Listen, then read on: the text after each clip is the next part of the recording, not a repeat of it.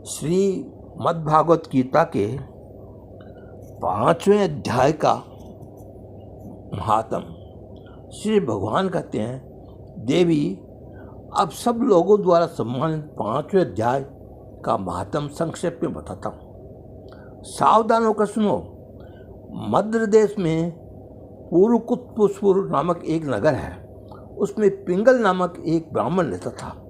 वह वेदपाठी ब्राह्मणों के विख्यात वंश में जो सर्वज्ञ निष्कलंक था उत्पन्न हुआ, किंतु अपने कुल के लिए उचित वेद शास्त्रों के स्वाध्याय को छोड़कर ढोल आदि बजाते हुए उसने नाच गान में मन लगाया।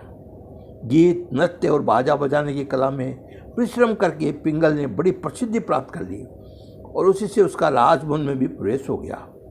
अब वह राजा के साथ रहने लगा और प्राय स्त्रियों को बुला बुला कर उनका उपभोग करने लगा। स्त्रियों के सिवा और कहीं उसका मन नहीं लगता था। धीरे धीरे अभिमान बढ़ जाने से उत्संग होकर वह एकांत में राजा से दूसरों का दोष बताने लगा। पिंगल की एक स्त्री थी जिसका नाम था अरुणा। वह नीचकुल में उत्पन्न हुई थी। वह कामी पुरुषों के साथ विहार करने की इच्छा से सदा उन्हीं की खोज में घुमा करती थी। उसने पति को अपने मार्ग का कंटक समझकर एक दिन आधी रात में घर के भीतर ही उसका सिर काट कर मार डाला और उसकी लाश को जमीन में गाड़ दिया। इस प्रकार प्राणों से विमुक्त होने पर वह यमलोक में पहुंचा और भीषण नरकों का उपभोग करके निर्जन वन में गिद्ध हुआ। अरुणा भी अंदर भगंदर भोरोग से अपने सुंदर शरीर को त्याग कर घोर नरक भोगने के पश्चात उसी वन में मेना बोही। एक दिन वह दाना चुगने के लिए इधर उधर फुदक रही थी। इतने में उस गिद्ध ने पूरे जन्म के वेर का स्मरण करके उसे अपने तीखे नखों से फाड़ डाला।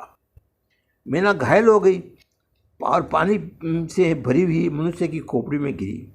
गिद्ध पुनः उसकी ओर झपटा। इतने में ही जाल बिछाने वाला बह लिया उसे आए बाणों से निशाना बनाया। उसकी पूर्व जन्म की पत्नी मेना भी उस खोपड़ी में जल में डूबकर प्राण त्याग चुकी थी। फिर वह भी कूर पक्ष भी उसी में गिरकर डूब गया। तब यमराज के दूत उन दोनों को यमलोक में ले गए।